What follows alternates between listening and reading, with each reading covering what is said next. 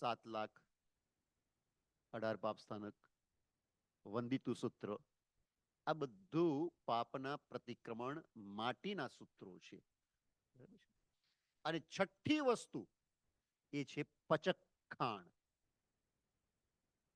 જે પચખાણ વિષય ઉપર આપણે હજી થોડું ડિસ્કસ કરશું, પણ ઓવરઓલ થોડુંક 6 આવશ્યકનું કહી દઈશ કે એને 6 આવશ્યક કેમ કહ્યા છે. અવશ્ય કરવા યોગ્ય જે છે તે આવશ્યક, અને મુખ્યતયા એ આવશ્યક ભાવ આવશ્યક હતા. ભાવ આવશ્યક એટલે શું? તો એની અંદર અનુયોગ દ્વાર સૂત્રની અંદર કહ્યું છે કે આ સમંતાદ વશ્યા ભવંતી ઇન્દ્રિય કષાય આદિ ભાવ સત્રવો તસ્માદ આવશ્યકમ. જેના કારણે આ જે 6 આવશ્યક કહ્યા એના કારણે શું થાય? તો કે 5 ઇન્દ્રિયો અને કષાય વગેરેના ભાવો આપણા કંટ્રોલમાં આવે એટલે એને આવશ્યક કહેવાય છે. આ 6 કરવાથી શું થાય? અથવા તો આ 6 વડે કરીને આપણે 5 ઇન્દ્રિય અને કષાય, ક્રોધ, માન, માયા, લોભ, એની ઉપર કંટ્રોલ કરવાનો છે. એ કંટ્રોલ થાય છે તો સમજવાનું કે આવશ્યક એટલે કે પ્રતિક્રમણ થયું. એટલે મેઇન પ્રતિક્રમણ અથવા તો 6 આવશ્યક એટલે કે આ છે.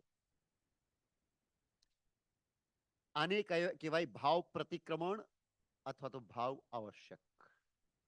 એટલે આપણે ત્યાં પહેલેથી જ પ્રતિક્રમણનો જે કોન્સેપ્ટ હતો ને, કે શા માટે આપણે પ્રતિક્રમણ કરવું જોઈએ, આ 6 વસ્તુ આપણે શા માટે કરવી જોઈએ, તો સ્પષ્ટ હતું.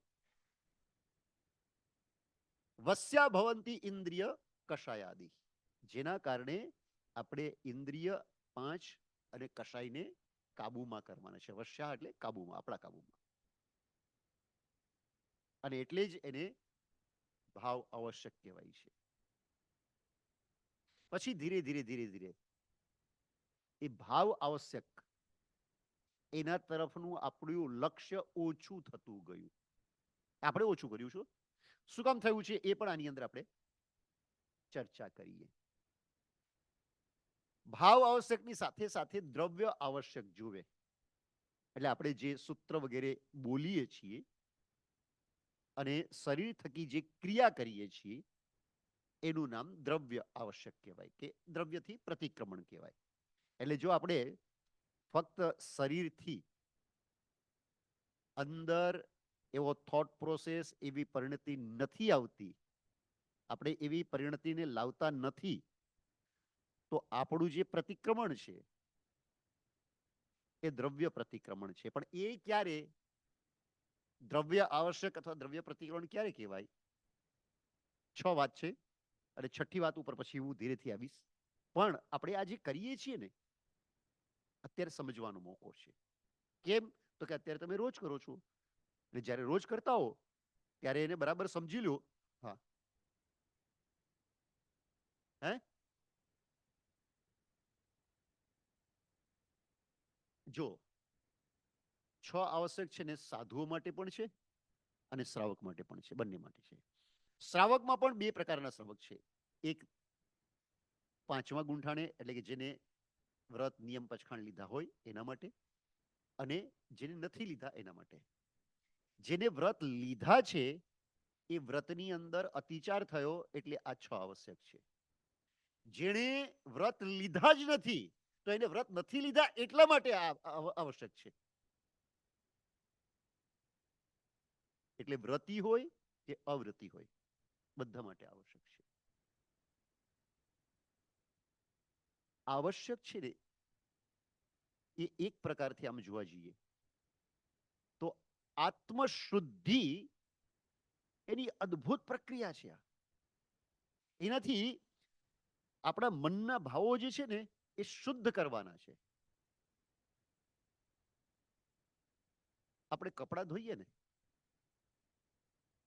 એ કપડાં ધોઈએ એની અંદર 3 વસ્તુ મેઇન છે. કપડાં ધોવો છો ને, 3 વસ્તુ છે એની અંદર. કઈ કઈ વસ્તુ? તો કે દોષ માર્જન પહેલી વસ્તુ, હિનાંગ પૂર્તિ એ બીજી વસ્તુ, અને અતિશયાધાયક એ ત્રીજી વસ્તુ. કપડાં ધોવામાં એ જ આત્મા ધોવામાં છે. કપડાનું જેવી રીતના ધોવાનું છે ને એવી રીતના જ આત્માને ધોવાની વસ્તુ છે. બરાબર છે? એટલે કપડાં ધોવાનું દ્રષ્ટાંત આપણે શાસ્ત્રની અંદર બતાવ્યું છે. એની અંદર સૌથી પહેલા કપડાં ધોઈએ એટલે આપણે શું કરીએ? એની અંદર કપડાં ધોવાની અંદર મેઇન વસ્તુ શું હોય? તો કે કપડું જે મેલું થયું છે, ગંદુ થયું છે, ડાઘ લાગ્યો છે, આ કંઈ પણ થયું છે ને, તો એને દૂર કરવો. દોષ માર્જન એટલે કે ગંદકી લાગી છે, માર્જન એટલે એને સાફ કરવાની, ગંદકીને સાફ કરવાનું, દોષ માર્જન. એટલે એની અંદર આપણે શું કરીએ? પાણીની અંદર ડુબાડીએ, સાબુ લગાવીએ, બ્રશ ઘસીએ, જેવો દાગ હોય ને એ પ્રમાણે. કોઈ વખત આલા બ્લીચની અંદર પણ નાખવું પડે, ડાઘ બહુ એવો હોય તો. સ્ટેન ઓલું ક્લીનર આવે છે ને, આ છે દોષ માર્જન. બરાબર છે? પછી એ આપણે 6 આવશ્યકની અંદર સમજાવું છું આ ત્રણેય વસ્તુ. વસ્ત્રની અંદર પહેલા સમજાવીએ, પછી આપણે શું કરીએ બોલો જોઈએ.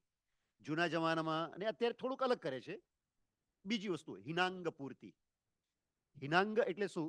તો કે આપણે જ્યારે દોષ માર્જન કરીએ ને, એટલે કે શું, કપડું ધોઈએ ને આપણે, એટલે બહુ હાર્ડ સાબુ ને એ બધું આપણે વાપરીએ એટલે શું થાય? કપડું થોડું બગડી જાય.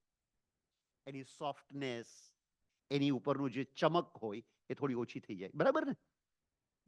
એટલે જૂના જમાનાની અંદર ટીનોપોલ, ગળી, આ જે ઓલું ફેબ્રિક સોફ્ટનર, હા જો આવી ગયા ને. શું કામ? તો કે આપણને ખબર છે કે ઓલું કપડું હાર્ડ સાબુના કારણે થોડુંક ખરાબ થયું છે. હવે એ જે હિનાંગ થયું ને એની અંદર, એટલે કે કંઈક જે કમી આવી, એ કમીને આપણે દૂર કરવી પડે. થોડુંક પાછું એને અસલ, થોડીક ચમક ને થોડુંક આમ કોમળતા ને બધું એની અંદર રહે. એટલે જૂના જમાના ટીનોપોલ ને ગળી ને બધું યુઝ કરતા હતા. આજે ફેબ્રિક સોફ્ટનર આપણે યુઝ કરીએ છીએ. એટલે જે હીન થયું એની પાછી પૂર્તિ થઈ ગઈ, હિનાંગ પૂર્તિ. આ બીજો સંસ્કાર. એટલાથી ચાલે નહીં. એટલે કપડા ઉપર હજી આપણે ત્રીજી પ્રક્રિયા કરીએ છીએ. ત્રીજી વસ્તુ અતિશયાધાયક. અતિશયાધાયક એટલે શું? તો કે એની અંદર પાછી કપડાની અંદર આમ જાણે નવું ખરીદીને લાવ્યા હોય ને કેવું મસ્ત મજાનું હોય એવું કરવું પડે ને, પાછું ધારણ કરવાનું છે એટલે. બરાબર? એટલે અતિશયાધાયક એટલે એની અંદર કંઈક એક્સ્ટ્રા વસ્તુ હજી ઉમેરીએ. એટલે કલપ લગાડે, ઇસ્ત્રી કરે, અને બરાબર એકદમ ફર્સ્ટ ક્લાસ થઈ જાય એટલે ફેરવા એમ જ લાગે કે પાછું નવું થઈ ગયું એકદમ. બરાબર છે? એવી રીતના રોજે રોજ આત્માને પણ નવો કરવો પડે ને. એટલે શાસ્ત્રકારોએ આ 3 વસ્તુ સમજાવી: દોષ માર્જન, હિનાંગ પૂર્તિ અને અતિશયાધાયક. એમાં સૌથી પહેલા દોષ માર્જનની વાત આવે કે આપણે દોષ માર્જન કયા આવશ્યક વડે કરીએ છીએ? આલોચના અને પ્રતિક્રમણ. આલોચના અને પ્રતિક્રમણ કરીને આપણા આત્માની અંદર લાગેલા, આપણા થોટ પ્રોસેસની અંદર લાગેલા જે દોષ છે, અશુભ છે, યાદ કરીને એનું મિચ્છામિ દુક્કડમ માગીએ છીએ કે આ ન હોવું જોઈએ, આ મિથ્યા છે, મારા આત્મા માટે અહિતકારી છે, મને આ જન્મની અંદર અને જન્મ જન્માંતરની અંદર દુઃખી કરનાર છે. મારે એ દોષને તો દૂર કરવા જ પડે.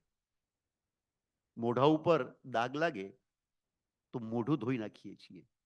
કપડા ગંદા થાય, કપડાને ધોઈ નાખીએ છીએ. વાસણ એઠા થાય, વાસણને માંજીને એકદમ સાફ કરીએ છીએ.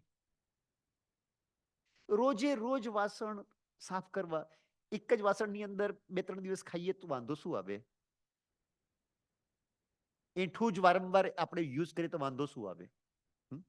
એ સવાલ નથી થતો. આવશ્યક ક્રિયા માટે આપણે કહીએ રોજે રોજ આ બધું કરવાની ક્યાં જરૂરત રહી? અરે ભાઈ, રોજે રોજ એટલા માટે છે કે જેમ વાસણ મેલું થાય, ગંદુ થાય, એઠું થાય કે કપડાં કે શરીર, તો એને આપણે ધોઈએ છીએ. એવી રીતના જ્યારે આપણો થોટ પ્રોસેસ રોજે રોજ બગડતું હોય તો એને પણ સાફ તો કરવો પડે, થોટ પ્રોસેસને, પરિણતિને, આત્માને, મનને કરવું તો પડે. એટલે પ્રતિક્રમણ છે. રોજ જે જીવ રોજ પોતાનો દોષ જે ન કરવા જેવું છે એ યાદ કરીને એનું મિચ્છામિ દુક્કડમ માગે ને, એનો સંસાર પણ બહુ મધુર હોય. આત્મા તો થવાનો જ છે સારો, પણ શું થાય બોલો જોઈએ? સંસારની અંદર ખટપટો હોય છે કે નહીં? હે, હોય છે? શું કારણ હોય છે બોલો ખટપટોનું? રીઝન શું હોય છે? જો રીઝન એ છે કે આપણે બીજાના દોષ જોઈએ છીએ અને આપણા દોષ નથી જોતા.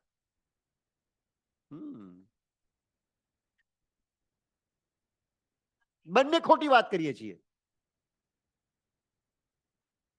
એટલે બીજાના દોષ આપણે જોઈએ છીએ, એના જગ્યાએ આપણે આપણા દોષ જોવાના, તો અંદરથી રિયલમાં સોરી આવે, સોરી ફીલ થવું જોઈએ. આમ છાસ વાળી ડગલે ને પગલે તમે કહો છો ને સોરી, એનાથી ના ચાલે. એ તો કુંભારનું સોરી છે. અંદરથી ફીલ થવું જોઈએ. બોલો કુંભાર જેને કહે કે મારા સાહેબને સાથેનો સ્ટોરી આવે છે ને કે મારા સાહેબ કોઈ કુંભારને ત્યાં રોકાયા હતા, બાળ સાધુ હતા, એટલે એને વળી મસ્તી સુઈ ગઈ, તો ઓલા ઘડા બનાવીને રાખ્યા હતા ને, કાંકરો મારે. ઓલો કે સાહેબ આ ઘડો તો ફૂટી ગયો. મિચ્છામિ દુક્કડમ. વળી થોડી વાર થાય એટલે વળી પાછો બાલ સાધુ થોડાક તોફાની વૃત્તિ વાળા, એટલે એને વળી પાછો કાંકરો મારે. પછી ઓલો પાછો કે સાહેબ આ શું કરો છો? એટલે કે મિચ્છામિ દુક્કડમ. કુંભારે જોયું કે આ તો જેને કહેવાય ને કે મારા સાહેબ મિચ્છામિ દુક્કડમનો ખોટો ઉપયોગ કરે છે. એટલે મારા સાહેબનો કાન આંબળો બાલ સાધુનો. એ તમે શ્રાવક થઈને મારો કાન આવી રીતના આંબળો છો? તો કે મિચ્છામિ દુક્કડમ. બસ આપણું મિચ્છામિ દુક્કડમ આવું છે, આપણું પ્રતિક્રમણ આવું છે. આપણે સોરી તો કહીએ છીએ, દોષ માર્જન કર્યા વગર. આપણે આપણો દોષ જ નથી જોતા, બીજાનો દોષ જોઈએ છીએ અને પછી કહીએ છીએ મિચ્છામિ દુક્કડમ. એટલે એમ કે તારો દોષ તો છે પણ હું મિચ્છામિ દુક્કડમ માંગુ છું. એમાંય પાછો ઈગો.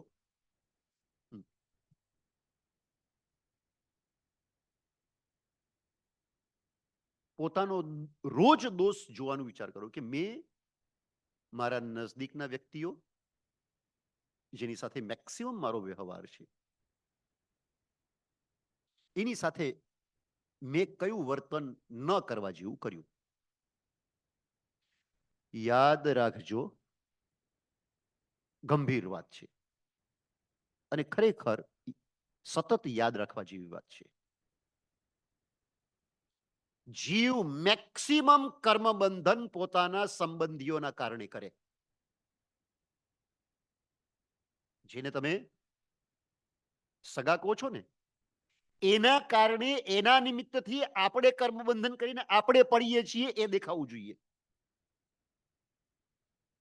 એ જીવ તું શું કરે છે? તું જેને રાગ પ્રેમ કરે છે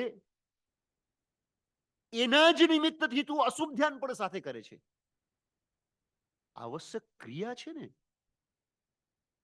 બહુ સાયન્ટિફિક છે, આત્મા માટે બહુ કામની છે આ ક્રિયા. દોષ માર્જન સંસ્કાર, પ્રતિક્રમણ, હિનાંગ પૂર્તિ, બીજો સંસ્કાર. એ સેના વડે કરીને થાય છે? આત્માની અંદર જે કઈ કમી આવી ગઈ છે, હવે એને પૂર્તિ કરવાની છે. કઈ વસ્તુ વડે કરીને બોલો જોઈ? કાયોત્સર્ગ, ગુરુવંદન, એ જે આપણે કરીએ છીએ ને, આપણે એની અંદર એ વાંધા આવે. આટલી બધી વખત કાવસક હું કામ? કાયોત્સર્ગના રીઝન અલગ અલગ છે, અલગ અલગ પ્રકારના ભાવ છે, અને એ ભાવને સમજવાના છે કે શું કામ કયો કાવસક છે. અને કાવસક એટલે ધ્યાનનો જ એક ભેદ છે. એટલે જ આપણે કાવસક કરીએ છીએ એ પેલા અનર્થ સૂત્ર જે આપણે બોલીએ છીએ એની અંદર છેલ્લે આવે છે ઠાણીણમ, મોણીણમ, જાણીણમ. શું અર્થ થાય એનો? એક સ્થાનની અંદર સ્થિર બનીને ઠાણીણમ, મોણીણમ બિલકુલ મૌન થઈને, અને ત્રીજો શબ્દ જાણીણમ એટલે કે ધ્યાન વડે કરીને, મેડિટેશન એટલે કે એકદમ કમ્પ્લીટ એકાગ્રતા વડે કરીને. અપ્પાણમ વો સિરામી, શરીર તરફથી મારું ધ્યાન હટાવી દઉં છું. હવે ધ્યાન ક્યાં છે? કાયોત્સર્ગ એ થોડા સમયનું ધ્યાન છે.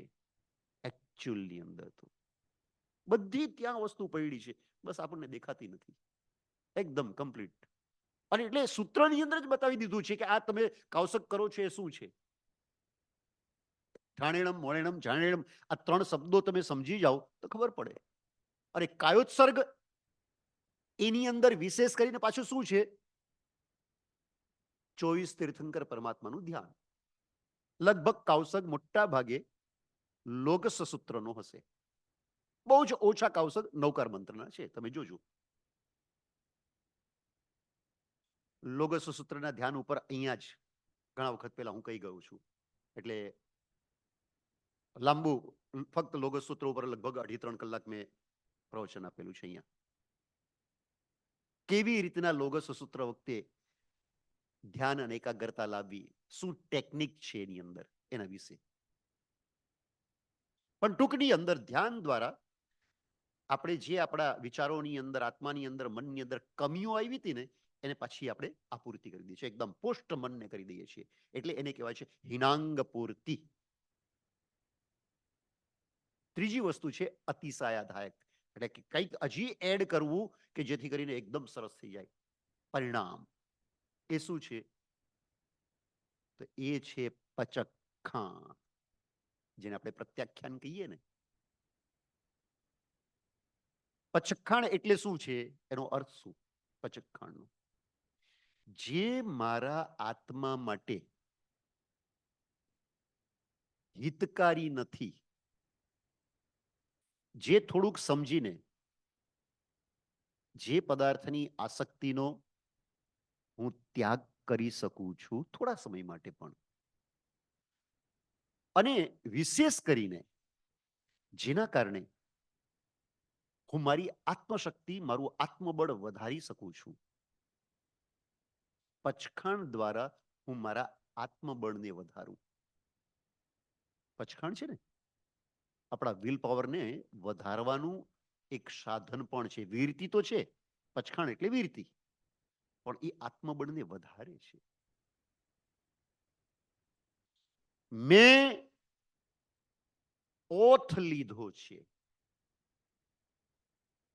કોઈ ડોક્ટર બને કેમ કે હું મનથી નક્કી કરી દઉં છું મને જે જ્ઞાન મળ્યું છે એનો દુરુપયોગ નહીં કરું. કોઈક મિનિસ્ટર બને કે હું નક્કી કરી દઉં છું મારે ઓથ લેવાની ક્યાં જરૂરત છે, ચાલશે ને? હા કે ના? ના ચાલે. કેમ?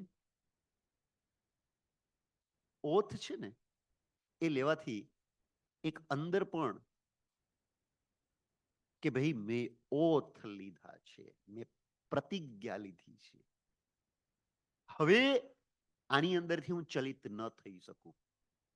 પણ પચખાણ છે ને જે આપણે લઈએ છીએ એ તો એના કરતા ઘણા, ઓથ છે ને એ તો સામાન્ય વસ્તુ છે, પચખાણ છે ને એ એના કરતા ઘણી આગળની વસ્તુ છે, બહુ જ આગળની વસ્તુ છે. કેમ? તો કે આપણે જે પચખાણ લઈએ છીએ ને એની અંદર અમુક આગાર મૂકીએ છીએ, અને આગાર એટલા માટે મૂકીએ છીએ કે મનથી આપણે જે નક્કી કર્યું કે હું આ નહીં કરું, પણ જો આગાર ન લીધેલા હોય તો જે મનથી નક્કી કરેલું છે ને એ જડ પ્રતિજ્ઞા થઈ જાય. ફ્લેક્સિબલ પ્રતિજ્ઞા ન કહેવાય. એ પ્રતિજ્ઞા ફક્ત જેની અંદર પચખાણ નથી લીધું પણ મનથી જ નક્કી કરેલું છે એ ફ્લેક્સિબલ નથી રહેતી. પરંતુ જ્યારે તમે પચખાણ લ્યો છો ત્યારે એ પ્રતિજ્ઞા ફ્લેક્સિબલ રહે છે. તમને ઊંધું લાગતું હશે. ઊંધું લાગે છે ને? તમને એમ લાગે કે ના ના યાર પચખાણ લઈએ તો આપણે એકદમ જડતા થઈ ગઈ, મનથી નક્કી કર્યું તો ફ્લેક્સિબલ રહે. ખોટી વાત છે, તમે સમજ્યા જ નથી. પચખાણમાં તમે શું લો છો એ જ તમને ખબર નથી. પચખાણની અંદર એકચ્યુઅલી પચખાણ લેવું એટલે કે અમુક આગાર રાખવા એનો અર્થ થાય. આગાર એટલે શું ખબર છે? આગાર એટલે ફક્ત છૂટ નહીં, એનો લિટરલી મિનિંગ છૂટ થાય, પણ આગારનો અર્થ છે કે લગભગ પરિસ્થિતિની અંદર હું આ જે છે એ પ્રમાણે વર્તીશ. જેવી રીતના ઉપવાસ કર્યા કહીએ તો કે લગભગ પરિસ્થિતિની અંદર હું ઉપવાસ જ કરીશ, 4 આહારનો ત્યાગ કે 3 આહારનો ત્યાગ રાખીશ. પણ બધી પરિસ્થિતિઓ માણસના હાથમાં હોતી નથી. પરિસ્થિતિઓ માણસના હાથમાં છે? પરિસ્થિતિ ચેન્જ થઈ જાય, થઈ શકે. શરીર તો કાચ જેવું છે, કાચનું વાસણ હોય ને એના જેવું છે. ગમે તે નિમિત્તથી ગમે તે રીતે શરીરની અંદર અસમાધિ થઈ શકે, શરીરની પીડા તકલીફ થઈ શકે. અને આપણે નક્કી કર્યું છે આજે જ મારે ઉપવાસ, અને શરીરની અંદર તકલીફ થઈ તો પછી થઈ કે મેં તો ઉપવાસ નક્કી કર્યો છે ને હવે આ તકલીફ થઈ ગઈ, હવે શું કરું? બોલો. જો પચખાણ ન લીધું હોય, ફસાઈ ગયા તમે. બરાબર છે? ફક્ત નક્કી કર્યું છે મનથી, અને તમે નક્કી કર્યું છે એટલે તમને એમ થાય કે યાર મેં તો નક્કી કરી દીધું છે કે મારે પચખાણ છે, આજે ઉપવાસ છે, અને હવે આ તકલીફ થઈ ગઈ, હવે ઉપવાસ તો કન્ટિન્યુઅસ રાખી શકો એમ નથી, એટલી મોટી તકલીફ થઈ ગઈ છે, હવે મારે શું કરવું? એ દ્વિધામાં ફસાઈ ગઈ. પરંતુ જો એને પચખાણ લીધેલા છે તો પચખાણના સૂત્રની અંદર કોઈ પણ પચખાણનું સૂત્ર હોય, 4 શબ્દો આવશે ને આવશે એની અંદર. અનથણા ભોગીણમ, સહસ્સાગારેણમ, મહત્તરાગારેણમ, સવ્વસમાહિવત્તિયાગારેણમ. આ 4 આવે છે ને, આ 4ને સમજી લો ને તોય શંકાનું સમાધાન થઈ જાય. ઘણી બધી વસ્તુ, મેઇન શ્રાવકોના 10 આગાર છે, બાકી બધા મોટા ભાગે સાધુના આગાર હોય છે.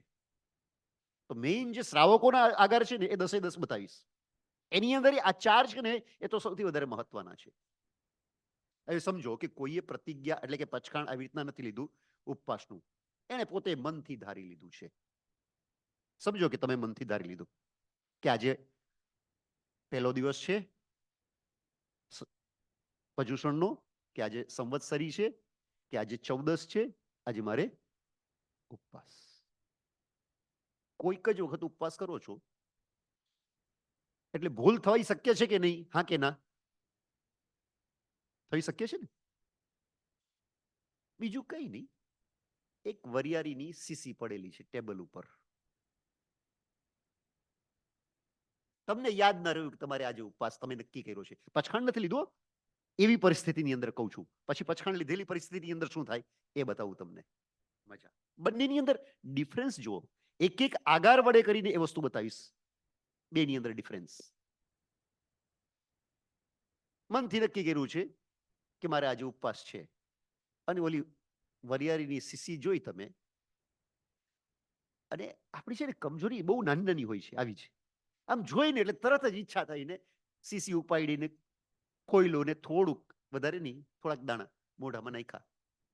હજી મોઢામાં નાખ્યા જ છે, એક વખત આમ દાંત ચાવ્યા જ છે, અને ત્યાં તમને યાદ આવી ગયું કે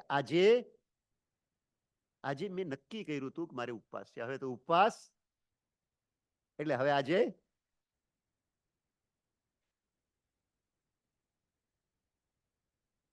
થયું ને. આવું જ થાય ને.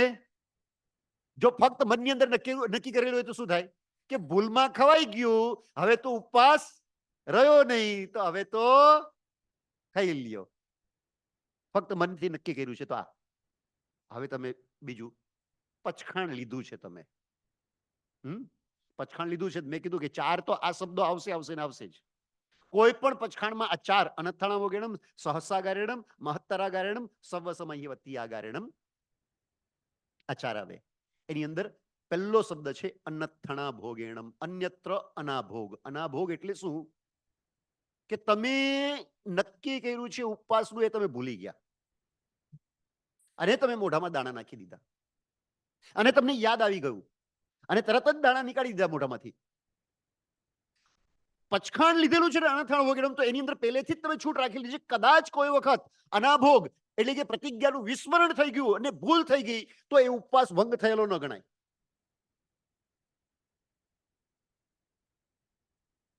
બોલો જોઈ, પચખાણ લેવું સારું કે ફક્ત મનથી, પચખાણ લીધા વગર મનથી નક્કી કરવું સારું? આ તો પેલો અજીબ સાંભળો તમે. હવે બીજું સાંભળો. બીજી પરિસ્થિતિ, નાવા ગયા. સ્નાન તો કરવાના ને આપણે. સ્નાન કરતી વખતે ઘણી વખત ઘણાના મોઢામાં પાણી ચાલ્યું જાય. હાથમાં છે કોઈને? શું કરવાનું બતો? શું કરવાના? અને પછી યાદ આવે કે આજે તો ઉપવાસ છે, પાણી ચાલી ગયું, ઉપવાસ તૂટી ગયો. ફક્ત મનથી કર્યું છે ને તો આવા આવા કારણે ઉપવાસ તૂટી જાય. બોલો, હવે પચખાણ તમે લીધું છે તો પચખાણની અંદર બીજો આગાર આવે છે સહસ્સાગારેણમ. સહસ્સા એટલે શું? અચાનક એની મેળે. ઓલામાં વરિયાળીમાં તો આપણે ખાધું હતું, પ્રયાસ હતો. આની અંદર પ્રયાસ આપણો નથી. નાતી વખતે કોઈ પાણી પીવાનો, પાણી મોઢામાં નાખવાનો પ્રયાસ ન કરે. માથા ઉપર પાણી આમ રેડતા હોઈએ ને, માથે ધોતા હોઈએ ને, તો થોડાક ટપકા, થોડીક બુંદો જતી રહે. અને એવી રીતના મોઢામાં જતા રહ્યા ને તો બીજો આગાર કે છે સહસ્સાગારેણમ. સહસ્સાગારેણમ નો અર્થ કરતા કીધું છે શાસ્ત્રની અંદર. સહસ્સાગારેણમ એટલે શું? તો કે સહસ્સા સ્વયં મુહપવેશો. સ્વયં મુહપવેશો એટલે શું? કે એની મેળે કોઈક વસ્તુ આપણા પ્રયાસ વગર એની મેળે કોઈ વસ્તુ આપણા મોઢાની અંદર ચાલી જાય, એને સહસ્સાગારેણમ કહેવાય. જો પચખાણ લીધેલું છે તો પચખાણ ભંગ નથી થવાનો. અને જો પચખાણ નથી લીધેલું, ફક્ત મનથી નક્કી કરેલું છે, તો એની અંદર એ પચખાણ તૂટી ગયું. હવે ત્રીજું બતાવું.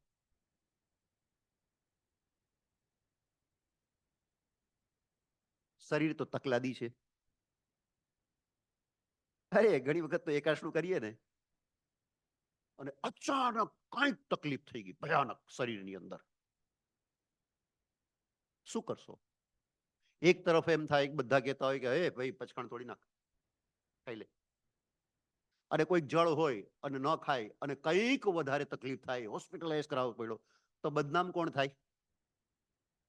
એને ઉપવાસ કર્યો તો, એકાશનું કર્યું હતું, આ ધર્મના લીધે છે ને એને આ થયું. થાય ને? આપણા જ્ઞાની ભગવંતો છે ને, આવા ધર્મ જળ નહોતા. આપણે આપણા ધર્મને આપણે એકદમ જળ બનાવી દીધો અજ્ઞાનતામાં. હો, બાકી મહાપુરુષો હતા ને, બહુ અદ્ભુત હતા, બહુ અદ્ભુત હતા. એમને આગાર રાખ્યો. શું? સવ્વસમાહી વત્તિયાગારેણમ. સવ્વસમાહી વત્તિયાગારેણમ એટલે શું? કે શરીરની અસમાધિ અચાનક આવી જાય અને મારે ખાવું પડે તો ઉપવાસ ભંગનો દોષ ન લાગે. ભલે ઉપવાસનું ફળ ભલે ન પ્રાપ્ત થાવ, પણ ઓલું મનની અંદર ન રહે. કારણ કે મેં તો પહેલેથી જ પ્રતિજ્ઞા એવી કરી હતી કે જો મારું શરીર સ્વસ્થ હશે તો હું ઉપવાસ જ કરીશ. પણ જો મારું શરીર એકદમ ખરાબ થઈ ગયું, પણ પછી એની અંદર એમ નહીં હોય કે થોડુંક મને માથું દુખવા આવે તો ઉપવાસ છોડી દો, એમ ન થવું જોઈએ. રિયલ જેન્યુઅન રીઝન હોય શરીરનું, અને એ વખતે કોઈકને આપણે પારણું કરાવી દેવું પડે એ જ વખતે. તો આ આગાર લીધેલો હોય ને સવ્વસમાહી વત્તિયાગારેણમ, એટલે કે મનની સમાધિને થોટ પ્રોસેસ એકદમ સારો રહે. એમ ન થાય ક્યાં ઉપવાસ કર્યો ને ક્યાં ફસાઈ ગયો ને ઉપવાસ તો કરવો જ નહોતો જોતો ને હવે તો કોઈ દિવસ ઉપવાસ કરવું જ નહીં ને. આવા આવા અશુભ વિચાર આવી શકે. હો, જ્યારે બહુ એક્સ્ટ્રીમ તબિયત ખરાબ થઈ જાય ત્યારે એને કહેવાય અસમાધિ. એ અસમાધિને દૂર કરવા માટે આ આગાર મૂકેલો છે, સવ્વ સમાહિ વત્તિ આગારેણમ. મનની પરિણામની સમાધિને ટકાવી રાખવા માટે, કારણ કે 4 આહારનો ત્યાગ એ કદાચ ન કન્ટિન્યુઅસ રાખી શકાય. મેઇન શાસ્ત્રની અંદર કીધું છે કે હે જીવ, ઉપવાસ કરતા પણ વધારે મહત્વ તારી મનની સમાધિનું છે. મનની અંદર જો અશુભ ધ્યાન તું કરીશ ને તો ઉપવાસથી કઈ તારી નિર્જરા નહીં થાય. ઉપવાસ છતાં પણ તારા તો કર્મ જ બંધાવાના છે. તે ઉપવાસ કર્યો છે અને છતાંય તે શું નિર્જરા નહીં કરે? શું કરશે? ઉપવાસ કરીને પાછું કર્મ બાંધશે. એટલે જ ભગવાને તો એક જગ્યાએ કીધું, જે આસવા તે પરિસવા, જે પરિસવા તે આસવા. તો વિચાર તો કરો કે આ તો વિતરાગ ભગવાન જ કહી શકે, જગતનો કોઈ બીજો ધર્મ નહીં કહી શકે. આ સૂત્ર, જે આસવા તે પરિસવા, જે પરિસવા તે આસવા. એટલે શું? કે જે ક્રિયાઓથી જીવ કર્મને દૂર કરે, એટલે કે કર્મની નિર્જરા કરે, એટલે કે પાપને દૂર કરે, એ જ ક્રિયા થકી જો અહીંયા મગજ ઠેકાણે ન હોય ને તો શું થાય? એનાથી કર્મ બાંધે. જે પરિસવા તે આસવા, એટલે કે પરિસવાનો અર્થ નિર્જરા થાય અને આસવાનો અર્થ આશ્રવ થાય, કર્મ બંધ થાય. જે ક્રિયા એકચ્યુઅલમાં તો આપણને દેખાય કે આ ક્રિયાથી કર્મની નિર્જરા થવી જોઈએ, જેવી રીતના ઉપવાસથી શું થવું જોઈએ? કર્મની નિર્જરા થવી જોઈએ, પાપ દૂર થવા જોઈએ. પણ એ જ ઉપવાસ એ કરતો હોય, પરંતુ એ વખતે મનની અંદર અસમાધિ હોય, મનની અંદર ખરાબ વિચારો હોય, ક્યાં ફસાઈ ગયો અહીંયા આ ઉપવાસ કરીને? તો એવા વિચાર આવે, ભગવાનના ધર્મ વિશે કુવિચાર આવે, આત્મધર્મ વિશે કુવિચાર ઉત્પન્ન થાય. તો જે ઉપવાસ કર્મ નિર્જરાનું રીઝન હતું, એ જ ઉપવાસ કર્મ બંધનું કારણ બની જાય. અને ભગવાન વળી પાછા કહે છે, જે આસવા તે પરિસવા. અને ઘણી વખત એવું પણ થયું કે જે આપણને આશ્રવ દેખાતો હોય ને કે આ કામથી તો કર્મ બંધાય, પણ એ વખતે જો મનનો પરિણામ એકદમ શુભ થઈ જાય ને તો એ જ કારણથી કર્મ નિર્જરા કરે. બીજા કોઈ મહાનુભાવે આવું નહીં કીધું હોય કે ભાઈ તું ધર્મ કરે છે ને પણ તારો કર્મ બંધાય છે. કોઈએ એવું કહેવાનો સાહસ નહીં કર્યું હોય કે તો આ ઉપરથી પાપ કરે છે પણ એકચ્યુઅલમાં એ જીવની નિર્જરા થાય છે. આપણું દ્રષ્ટાંત છે ને ઓલું કે માછીમાર હતો, એનો ધંધો શું? માછી પકડવાનો, માછી કટ કરવાનો. એ માછલી કટ કરી રહ્યો હતો. એ વખતે એક ગુરુ ને શિષ્ય જઈ રહ્યા હતા. ગુરુ જ્ઞાની હતા અને શિષ્ય આપણા જેવો હતો. આપણા જેવો એટલે શું? આપણે બહાર જોઈને બધું નક્કી કરી નાખીએ. આપણે છે ને બહારથી જોઈને વ્યક્તિને જજ કરતા હોઈએ છીએ. એવું જ હોય ને? આપણે એકચ્યુઅલમાં એના ભાવ કેવા છે, એની પરિણતિ એટલે કે થોટ પ્રોસેસ કેવો છે, એ તો આપણે જોઈ નથી શકતા. એટલે આપણે બહારથી જોઈએ ને એટલે આ તરત જ એને લેબલ લગાવી દઈએ, આ સારો, આ ખરાબ, આ ધાર્મિક, આ અધાર્મિક, તરત જ લેબલ લગાવી દઈએ. વ્યક્તિ વિશે કશું ખાસ જાણવાની કોશિશ પણ ન કરીએ. એ આપણે છીએ. જ્ઞાનીઓ આવા ન હોય. ગુરુને શિષ્ય જઈ રહ્યા હતા, શિષ્ય જોયું ઓલાને માછલી કટ કરતા, એટલે શિષ્ય આપણા જેવો જ હતો. એને તરત જ કમેન્ટ કરી. આપણે પાછા કમેન્ટ કરવામાં તો બહુ માહિર છીએ. તરત જ ફટ કરતી કોઈના પણ માટે કમેન્ટ કરી દઈશું. એટલે શિષ્યએ કમેન્ટ કરી કે કઈ દુર્ગતિમાં જવાનું, કેટલું રખડવાનું, આ કેવા પાપ કરે છે, કેવો પાપિષ્ઠ છે. એટલે ગુરુ જ્ઞાની હતા, તરત જ ટકોર કરી કે કોઈના માટે જાણ્યા વગર અભિપ્રાય ન અપાય, એ જીવનું પણ જલ્દીથી કલ્યાણ થઈ શકે છે. શિષ્ય સમસમીને રહી ગયો. એને ગુરુની સામે શું બોલવું? હવે ગુરુએ આવું કીધું તો ચોખ્ખું દેખાય છે. હવે અંદર તો એ ભાવ થાય ને, ગુરુને ખબર પડતી નથી. ચોખ્ખું દેખાય છે, માછલા કટ કરી રહ્યો છે. ગુરુ કહે કે આનું શું કલ્યાણ થવાનું હતું આવા માણસનું? થોડોક ટાઈમ થયો, આગળ ગયા, એમાં આકાશની અંદર દેવ દુંદુભી વાગવા માંડી, દેવતાઓ ઉપરથી આવવા માંડ્યા, નીચે ઉતરવા માંડ્યા. એટલે ઓલો શિષ્ય જોયું છે, આ શાના માટે દેવતા પૃથ્વી ઉપર આવી રહ્યા છે ને આમ દુંદુભી વગાડે છે ને આ બધું શું કરે? તો ઓલો માછલી જે કટ કરતો હતો ને એને કેવલ જ્ઞાન થયું. ઓલું કે કેવી રીતના કેવલ જ્ઞાન થઈ ગયું? માછલી કા પડ કેવલ જ્ઞાન થાય તો પછી આપણે ધર્મ કરવાની ક્યાં જરૂરત રહે? વિચાર આવે ને આપણને. ગુરુએ સમજાવ્યું. બોલો માછલી કટ કરી રહ્યો હતો ને, કટ કરતા કરતા ચાકુ એની આંગળી ઉપર લાગી ગઈ. આંગળી ઉપર લાગી ને તો બહુ થોડીક જ આંગળી કપાઈ, પણ એને વેદના અસહ્ય થઈ, લોહી નીકળવાનું. એને શું, અરે થોડીક મારી આંગળી કપાઈ અને મને આટલી તીવ્ર વેદના થઈ છે, તો જે માછલીઓને હું કટ કરું છું, આખે આખી કાપી નાખું છું, જીવતી જીવતી કાપી નાખું છું, એ બચારી માછલીઓને કેવી વેદના થતી હશે?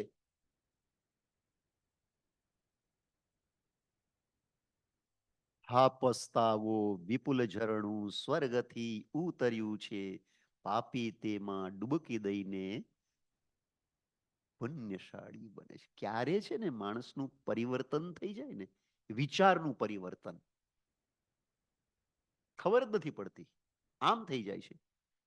અને બહારથી ઓલો હમણાં થોડી વાર પહેલા સુધી ખરાબ કામ કરતો હતો, એનું જ મન પરિણામ એવું શુદ્ધ, એવો ગજબનો ઉત્કૃષ્ટ પશ્ચાતાપ. આપણે કહીએ છીએ ને જે કમ્મે સુરા તે ધમ્મે સુરા.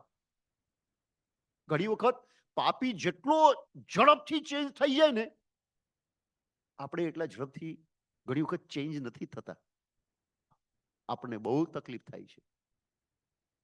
પણ ઘણા આવા લોકો ફટ કરતા ચેન્જ થઈ જાય, અને એ ચેન્જ થઈ ગયો. અને અંદરથી એટલા ઉત્કૃષ્ટ પરિણામ, એટલા શુદ્ધ પરિણામ આવ્યા, ત્યાં જ એને બધા ઘાતી કર્મ દૂર કરી દીધા, કેવલ જ્ઞાન ને કેવલ દર્શન પ્રાપ્ત કરી દીધું. કોઈ વખત અશુભ ક્રિયા બહારથી દેખાતી હોય, પરંતુ પરિણામ સારા હોય.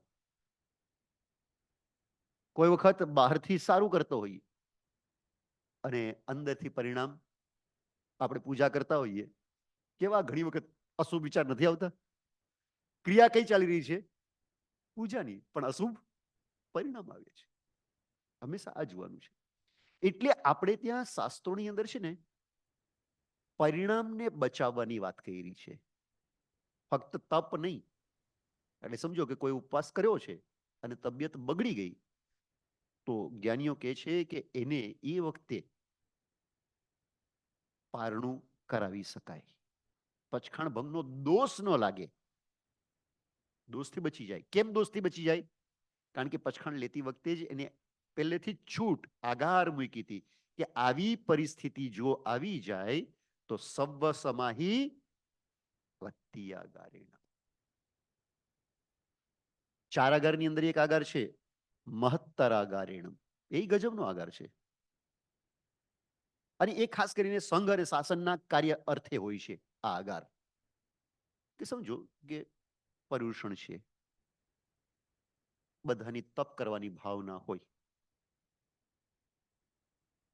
અને એની અંદર રીતે ખાસ કરીને અમુક કાર્યકર્તાઓ હોય વિશિષ્ટ, કે જે એક કે આનું જ કામ છે, એના સિવાય બીજો કોઈ નહીં કરે.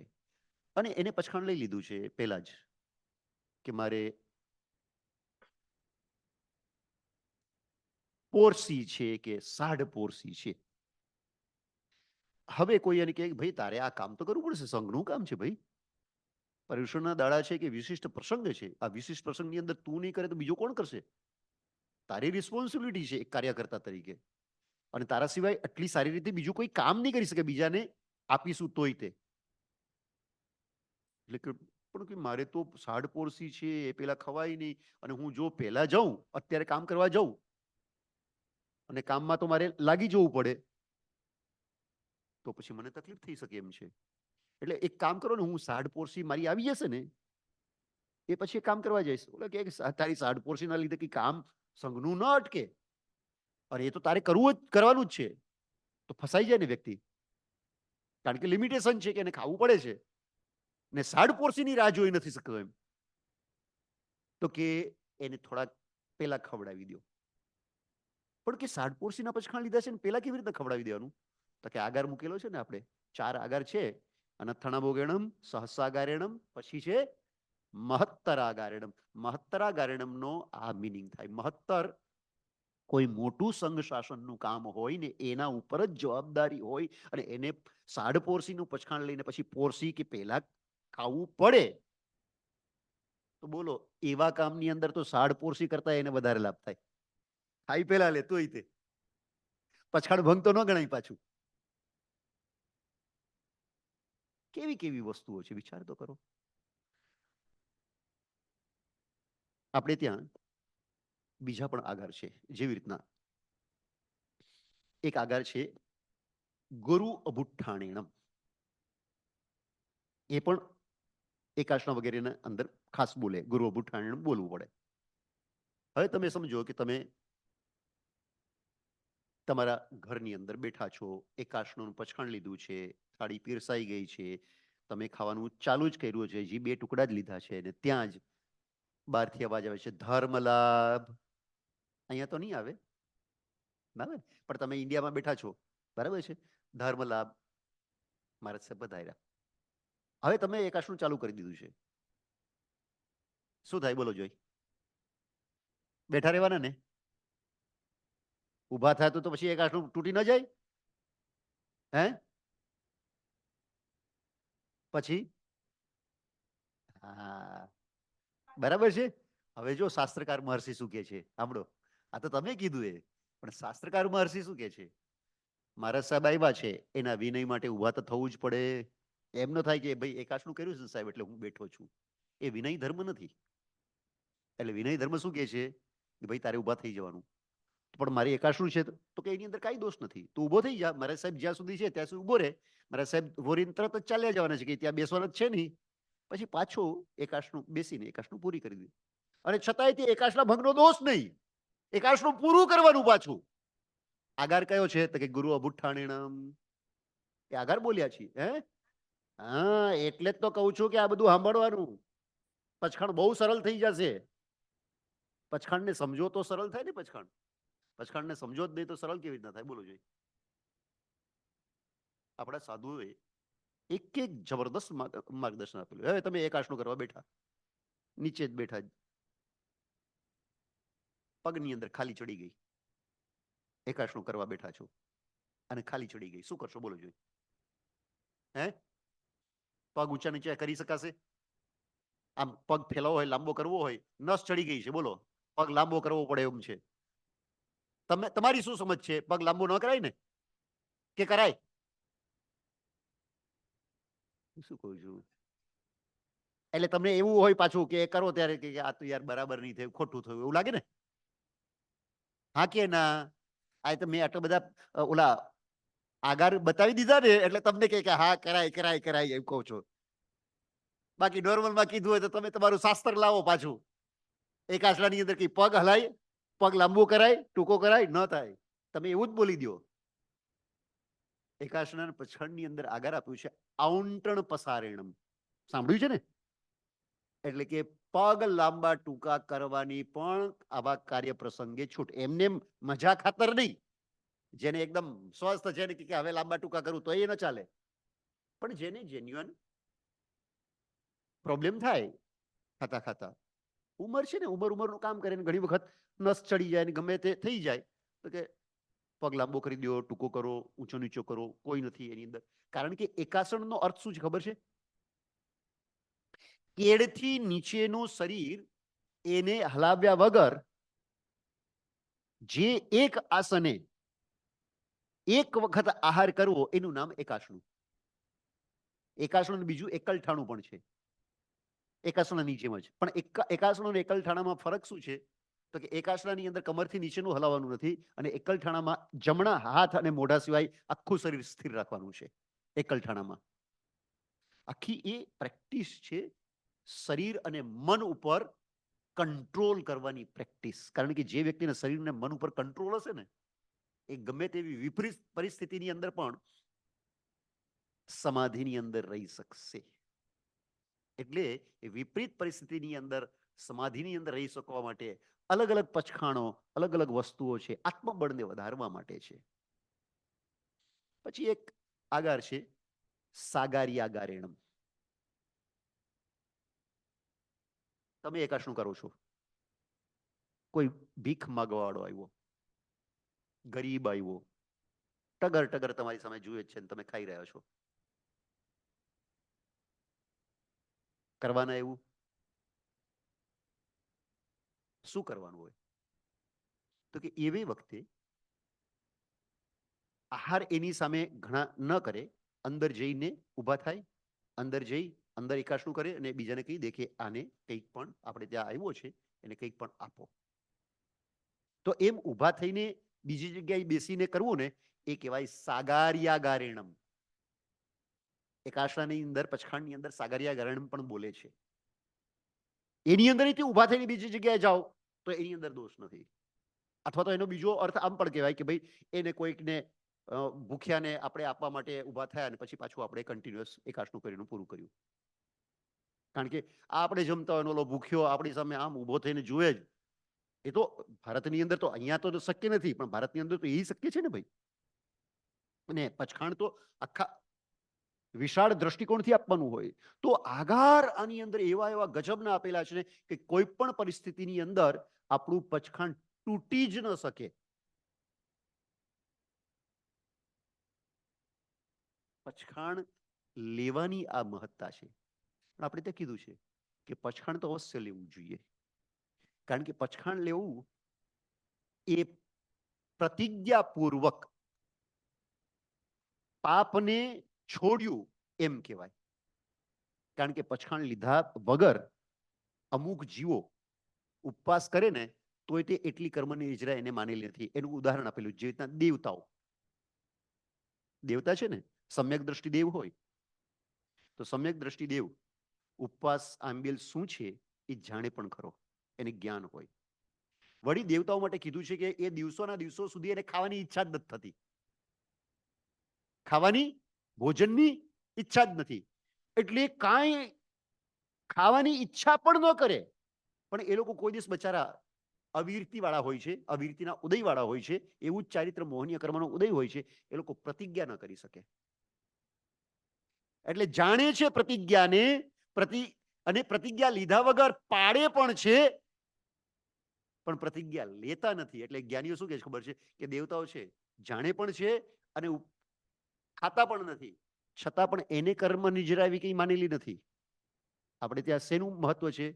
તો કે જાણવું, પચખાણ લેવું અને પચખાણ એ સારી રીતે પ્રતિજ્ઞા પાડવી. આ ત્રણે ત્રણ ચેક પોઈન્ટ બરાબર હોય એને પ્રોપર કર્મ નિર્જરા થાય. આ બધા ચેક પોઈન્ટ હોવું જોઈએ, ત્રણે ત્રણ. જાણવું, લેવું અને પછી યથાવિધ પાડવું. આપણી કમી શું હોય છે? જે પચખાણ લે છે ને એની કમી શું હોય છે? તો કે મોટા ભાગે આપણે પચખાણ શું છે એ જાણતા નથી. એટલે ત્રણે ત્રણ ચેક પોઈન્ટ બરાબર આવતા નથી. બે જ છે, જાણતા નથી, લઈએ છીએ ને પાડીએ છીએ. ઘણા તો બે નહીં, જાણે નહીં ને લે નહીં, પાડીએ ખરા કે હા મેં મનથી નક્કી કરેલું છે ઉપવાસ. તો આ ત્રણે ત્રણ પૂરા હોય તો પૂરેપૂરી નિર્જરા. આની અંદર જેટલું ઓછું એટલી ઓછી નિર્જરા. અને એટલા માટે પણ પ્રતિજ્ઞાને જાણવાની પણ ખરી, પ્રતિજ્ઞા લેવાની પણ ખરી, પ્રતિજ્ઞા યથાવિધ પાડવાની પણ ખરી. નાની પ્રતિજ્ઞા હોય ને તો પણ કર્મ નિર્જરા છે, પણ આ ત્રણે ત્રણ વસ્તુ થવી જોઈએ. એને કહેવાય જાણવું, આદરવું અને પાડવું. બાકી આપણે ત્યાં કહેવાય છે કે સર્વાર્થ સિદ્ધ વિમાનના દેવતા હોય ને, સંપૂર્ણ બ્રહ્મચર્ય હોય, તો એ મહારાજ સાહેબને જેટલી નિર્જરા હોય ને એનો અંશ પણ એમને નિર્જરા નથી માનેલી. મહારાજ સાહેબ જે બ્રહ્મચારી છે સંપૂર્ણ, એમને જેટલી નિર્જરા છે ને એટલી પણ નિર્જરા એ સર્વાર્થ સિદ્ધ વિમાનના દેવતા નથી. પાડે છે પૂરેપૂરું, એના તો મનની અંદર મનમાં પણ વિકાર નથી આવતો. સાધુને તો કોઈ વખત વિકાર આવી શકે છે, અને છતાંય તે સાધુ એને પૂરો લાભ મળે છે બ્રહ્મચર્યનો, ને ઓલા નથી મળતો. કેમ? તો કે એ પ્રતિજ્ઞા લેતા નથી. સાધુએ પ્રતિજ્ઞા લીધેલી છે, જેને લીધેલી છે એને ફળ વધારે મળે છે. એટલે કે એ વધારે કર્મ નિર્જરા કરે છે. મેન તો કર્મ નિર્જરા. ફળ એટલે પછી કઈ ઓલું સાંસારિક ફળ નહીં સમજવાનું, બરાબર છે. એ પચખાણ છે ને અલગ અલગ સંદર્ભે કરવાનું હોય છે. એ પણ થોડુંક બતાવું અત્યારે. જેવી રીતના અનાગત પચખાણ, અતિક્રાંત પચખાણ.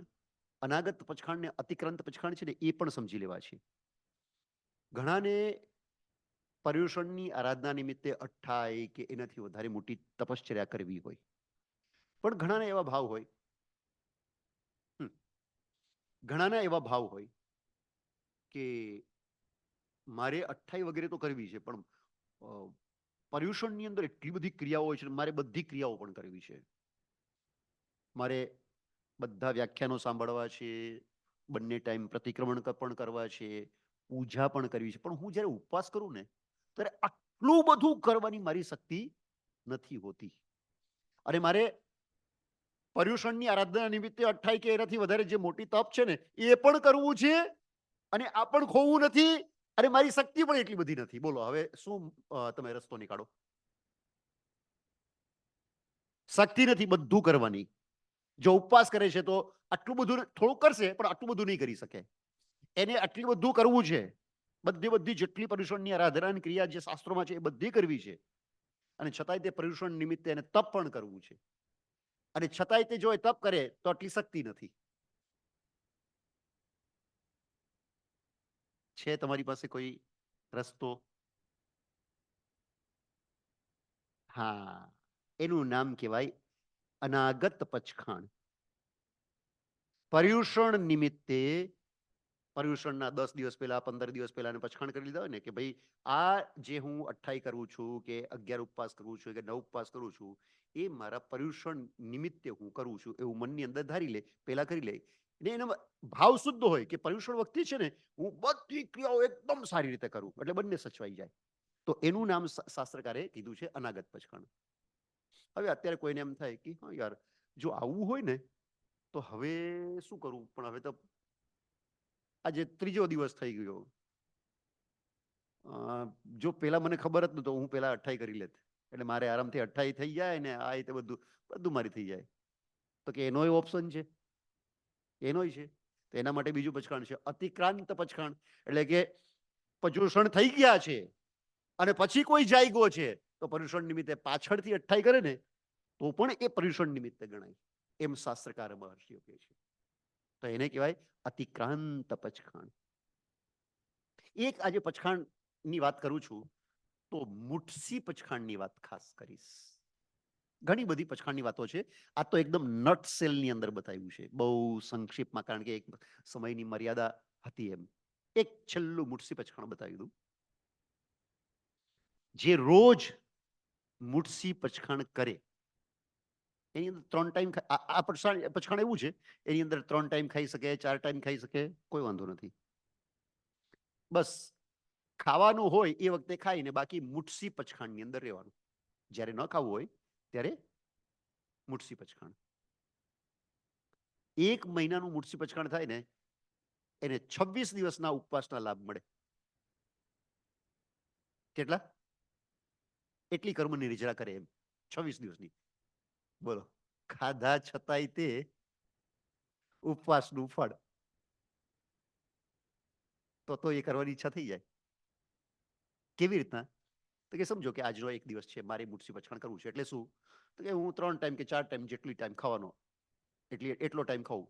જેવું કંઈ પણ ખાઈ લીધું, મોઢું ચોખ્ખું કરી અને મનથી તરત પ્રતિજ્ઞા કરી લીધી, મુઠસીમ પચખાય અનથાણમ વેગણમ.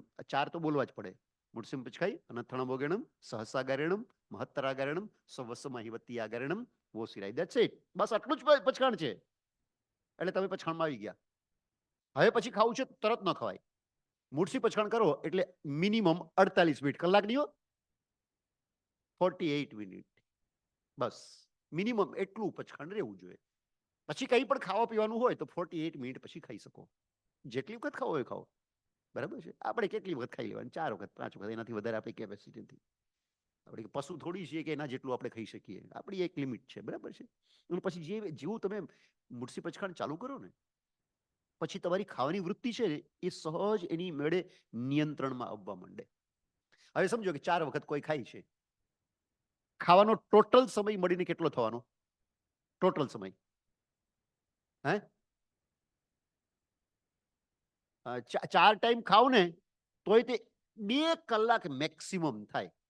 એટલે 2 કલાક તમારા આહારની અંદર ગયા અને પચખાણની અંદર કેટલા?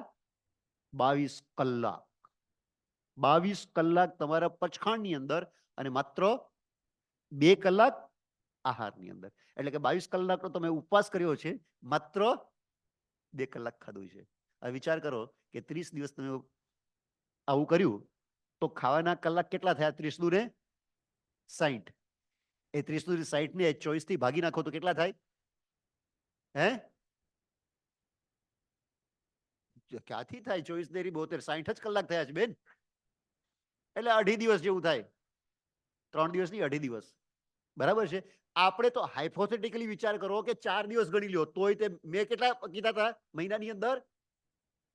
એટલા ઉપવાસનું તો વધારે પણ જો હશે ને 2 કલાક કરતા તો પણ આપણને મિનિમમ મુઠસી પચખાણ કરનારને મિનિમમ કેટલું ફળ મળશે? કેટલી કર્મ નિર્જરા? તો કે 26 ઉપવાસ જેટલી કર્મ નિર્જરા પ્રતિજ્ઞાનું આ ફળ છે. બરાબર છે. સમય થઈ ગયો છે, વધારે નહીં કહું. હા બોલો. નવકાર ગણીને અને મુઠસી પચખાણ કે કોઈ પણ પચખાણ તમે સંકલ્પ 2 રીતે પાડવાનું શાસ્ત્રની અંદર કીધું છે કે 1 નવકારથી અથવા 3 નવકારથી તમારી જેવી ઈચ્છા હોય એવી રીતના પાડી શકો. 1 નવકારથી પણ પાડી શકાય. તમે જેવું મનમાં ધારેલું હોય ને કે હું 1 નવકારથી પાડીશ તો 1 નવકાર ગણીને પાડો, અને તમે મનમાં ધારેલું હોય કે હું 3 નવકારથી પાડીશ તો 3 નવકારથી પાડો. અને મુઠસી પચખાણ જેવી રીતના કરી શકાય ને એવી રીતના વેઢસી પચખાણ પણ કરી શકાય. વેઢસી એટલે વીંટી, કે જમણા હાથની અંદર વીંટી છે ત્યાં સુધી મારે પચખાણ, અને જમવું હોય તો ખાવું કઈ હોય તો વીંટી અહીંથી આમ કરીને ડાબા હાથની અંદર પહેરી લીધી અને એ વખતે 3 નવકાર ગણી લીધા કે 1 નવકાર ગણી લીધો, પચખાણ પરાઈ ગયું. આટલું સરળ. આમ તમને એમ થાય કે હું કોઈક પાર્ટીમાં ગયેલો છું કે હોટલમાં ગયેલો છું, આમ મુઠ્ઠી વાળીને આમ કરું તો 4 જણા જોવે મને, થોડોક સંકોચ થાય. અરે શાસ્ત્રની અંદર તો એટલા આપણી પાસે ઓપ્શન આપ્યા છે. ગણસી પચખાણ છે, વેડસી પચખાણ છે, મુઠસી પચખાણ છે, અંગુઠસી પચખાણ છે, કેટલાય પચખાણો છે. બરાબર છે. કોઈ પણ એક કરો, આ બધું જ ફળ આવી રીતે મળે. બોલો. હા કોઈ પણ આ જે પચખાણ છે ને એ 24 પચખાણ હોય. એટલે પાણીનું નહીં, 4 આહાર અસન, પાન, ખાદીમ અને સાદીમ. 48 મિનિટમાં ક્યાં આપણે વધારે તકલીફ થઈ જાય છે? 48 મિનિટ સુધીનું જ પચખાણ છે. એમાં વચ્ચે પાણી પીવાની ક્યાં આવી વાત? કાંઈ પણ ખાવા પીવાનું કઈ નહીં.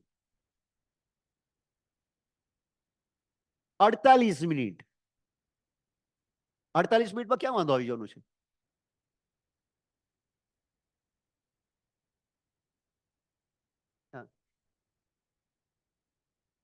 હે આલોચના, ભૂલોની માફીની પશ્ચાતાપ કીધો છે. આપણે ત્યાં બીજા જેવું નથી કે ભાઈ તમે કન્ફેસ કર્યું છે લાવો તમને માફ કરી દીધા. એવી રીતના આપણે જૈનિઝમની અંદર કલ્પના નથી કરેલી. આપણે જૈનિઝમ શું કે આપણે પશ્ચાતાપ કરવાનો, અમુક કર્મોની નિર્જરા એવી રીતના થઈ જશે અને અમુક કર્મોની નિર્જરા આલોચના લેવાથી થશે. બરાબર છે. એમ એટલે પશ્ચાતાપ પ્લસ આલોચના બંને કીધું છે.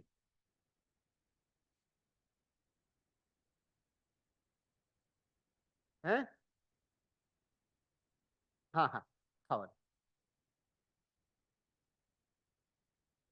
એમ નહીં. એની અંદર કે આપણે ખાવાનું ગણતરી નથી કરતા. આપણે શું કરીએ છીએ કે જ્યારે ખાવું હોય કે કંઈ પણ મોઢામાં નાખવું છે, પાણી કે કંઈ પણ વસ્તુ મોઢામાં નાખવી છે, એ વખતે પચખાણ પાયરું, જેવું એ પૂરું થઈ ગયું એટલે પચખાણ લઈ લીધું અને મિનિમમ પચખાણની અંદર 48 મિનિટ રહેવાનું છે. એટલે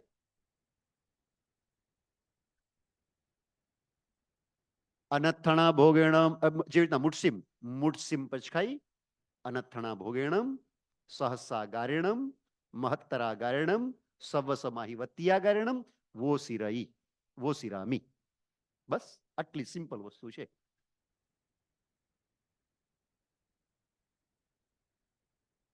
અને છેલ્લે કદાચ એક ખુલાસો, એક હજી વધારે ખુલાસો, પચખાણ શીખી લેવાનું. કદાચ ન શીખી શકો ને, કદાચ ન શીખી શકો, તોય તે મનની અંદર સંકલ્પ કરવાનો કે હું એક નવકાર બોલી અને વીટી અહીંથી અહીંયા કરું એટલે પ્રતિજ્ઞામાં છું, અને અહીંથી અહીંયા કરું એટલે નવકાર ગણીને ત્યારે હું પછાણ પારું છું. વીટીનો સંકલ્પ કરી દો. વીટી તો બધા પહેરતા જ હો છો તમે. એવું કહેશો ને તો આ બધા શું કહેશે ખબર છે? સાહેબ તમારે કેવા જેવું જ નહોતું, વીટીનું મૂઠસીનું જ બરાબર હતું, આ તો ખર્ચામાં નાખી દીધા. ચલો આપણે ટાઈમ થઈ ગયો છે. હા, પછાણ શીખી લેવું એવું સૌથી સારું છે. હું બોલું છું, તમે રેકોર્ડ કરી દેજો.